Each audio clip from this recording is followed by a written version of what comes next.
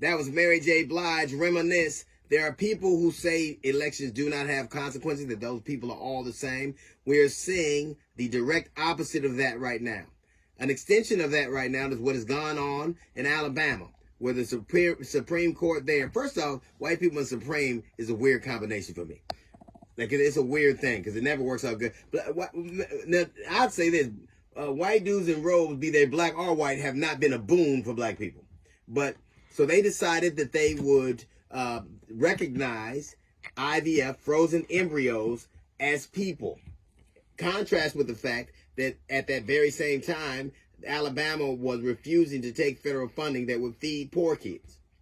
So when those people finally thaw out, I hope they're not hungry. I know when I wake up from a nap, I'm hungry. It will have long-ranging consequences. Once that Dodd decision happened, Roe versus Wade was overturned, look at the slew of things that have happened. Florida, a 6-week abortion ban.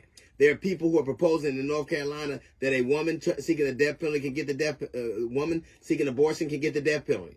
There are people in Ohio. They just a 10-year-old girl got pregnant by a rapist. There's no exception for rape. She had to go to a neighboring state. In Missouri, as we speak, if you seek to get a divorce and you're pregnant, the court will not allow it until the baby is born. This is the government being obtrusive, and you say they're the same. And the other unintended consequences, I don't know if it's a consequence or not, but in IVF, there are people, these are people who are struggling to have kids, and more than likely they're white kids because, white couples, because it's very cost prohibitive.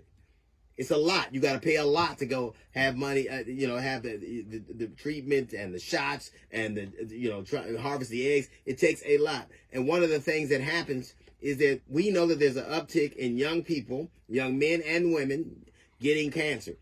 And if you are a young man or woman in cancer, one of the things they offer you, if you want to have children at some later date, and the cancer treatment could be disruptive, they offer you the ability to freeze your eggs and your sperm, which cannot happen right now for the people in Alabama.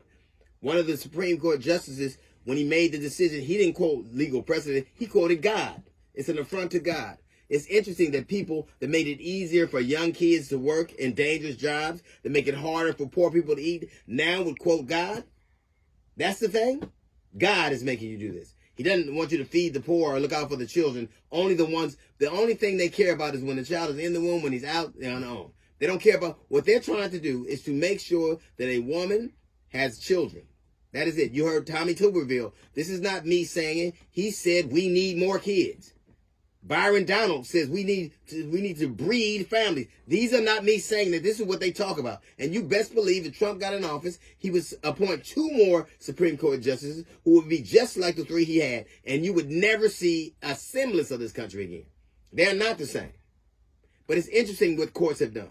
Courts in America have said that corporations were people, that frozen embryo people.